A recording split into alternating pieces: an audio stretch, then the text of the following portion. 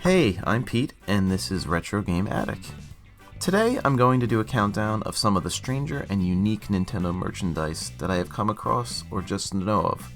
Some of these items were given out for free, while others were sold in stores. Nintendo has a history of producing merchandise in order to push their game, hardware, or whatnot. Usually the item is something standard like a toy, a t-shirt, a keychain, or just something that somewhat relates to the game or the hardware, like the Donkey Kong Country Returns Banana Wii remote pouch, or the plastic Mario hard hat to complement Super Mario Maker. Some items, though, while not related to the game, can also be a product of their time, like the Super Mario World skateboard from 1994. And stuff like walkie-talkies, house phones, and cereal have been covered already, so I'm going to omit them from this list. In some cases, Nintendo has released merchandise that just seems completely unrelated to the game they're promoting, or just unrelated to Nintendo itself. I'm no marketing expert here, but these just seem completely random to me. Let's start with number 10. This one's a tie. The horde of Nintendo 64 and GameCube era branded radios. This one was originally going to consist of just 2 radios that I knew of, but upon doing research for this video, I found so many different Nintendo radios. It's insane. There are countless variations and styles for these things. Most of them are from the N64 era, but there are plenty of GameCube era radios as well. While these aren't terribly weird and are actually kind of useful, they just seem somewhat out of place in the gaming realm, and I can't see many gamers caring about them back then, especially the GameCube radio. By the time it was released, people were already moving on to iPods and other MP3 players. Number 9.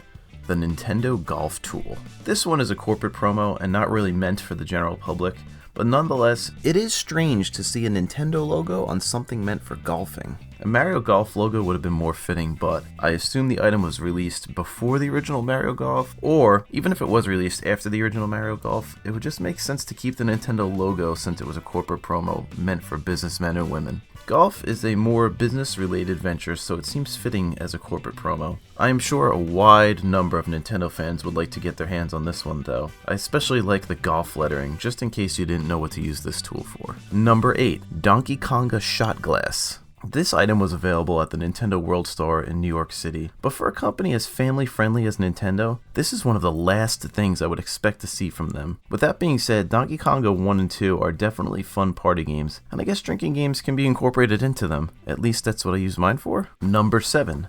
Chomp Chain Soccer Ball. Another Nintendo World Store New York item, but I feel like it's so cool and unique that it had to be added to this list. I don't remember the exact year I bought the ball, but I would suspect around 2007, 2008, so it could have been used to promote Mario Strikers Charged, but I'm not positive. Number 6.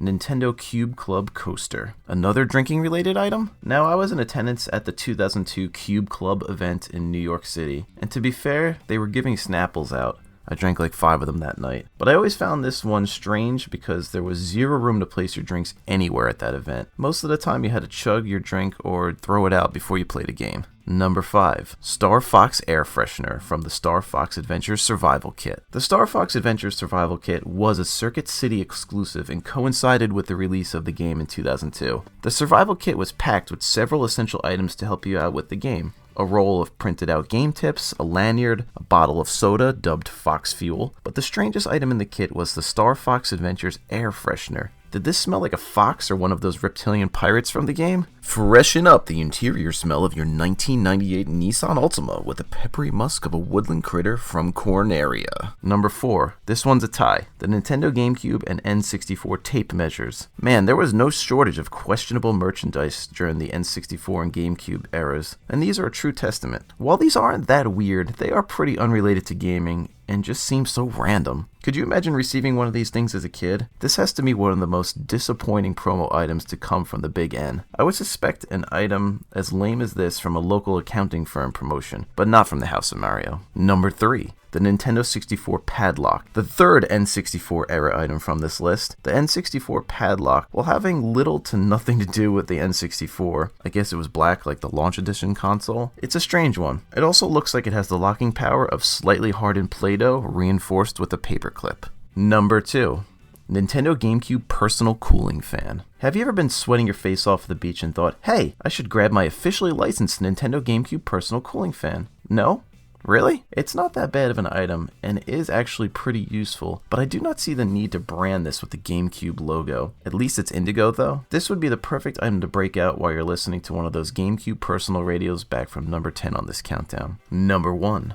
The Nintendo DS Touching is Good Mannequin Hand. In April of 2005, just several months after the North American release of the original Nintendo DS, Nintendo launched the weird and vaguely sexual Touching is Good contest. Nintendo sent out plastic mannequin hands to anyone who requested one, and instructed recipients to take pictures of the hand touching things. At this time, the Nintendo Insider forums went crazy over the contest, with many submissions, but in the end, just 3 winners were chosen. The grand prize winner received $1,000 cash, a DS, and 4 DS games. The second and third place winners received a DS and $500 and $250 cash respectively. Up until a few years ago, the official touchingisgood.com site was still up, but unfortunately today, it's for some natural body healing product. It's kind of cool when marketing people think outside of the box and come up with this stuff. It's a great way to get your name out there and have people remember your product. Now, I just scratched the surface of all the weird Nintendo merchandise, and I'm sure there is plenty more out there. Let me know in the comments if you have any experience with these, or just know of any other ones. I'd like to thank everyone again for watching Retro Game Attic, and stay tuned for more new videos.